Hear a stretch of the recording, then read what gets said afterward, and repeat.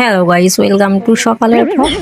তারপরে ব্রাশ করতে করতে গেলাম একটু পাড়ের দিকে। পাড়ের দিকে গিয়ে দেখি, ও ভাই, যা রোদ, মনে হচ্ছে আকাশ ফেটে চলে আসবে সূর্য নিচে। তারপরে একটু দেখলাম আমার নিচের বদনটা, দেখলাম নার্সিংহোম থেকে ফিরে আসার পর দেখছি শুকিয়ে গেছে না, ঠিকঠাক আছে। তারপরে পুকুরের দিকে তাকিয়ে দেখি ওপাড়ার হাঁসগুলো আমাদের পুকুরে সব জল নষ্ট করে দিচ্ছে, হাঁসের বাচ্চা কোথাকার একটা।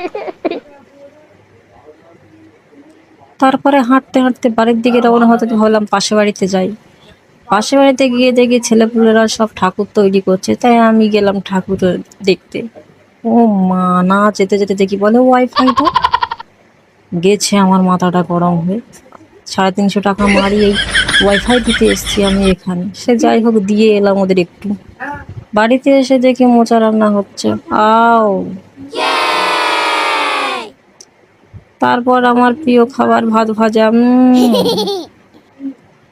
গাইস, ভাত ভাজা দেখে আমি আর লোভ সামলাতে না পেরে ডিমের পোস্ট দিয়ে পুরো এক থালা ভাত খেয়ে ফেলেছি। দেখা হচ্ছে পরের ভিডিওতে গাইস, টাটা।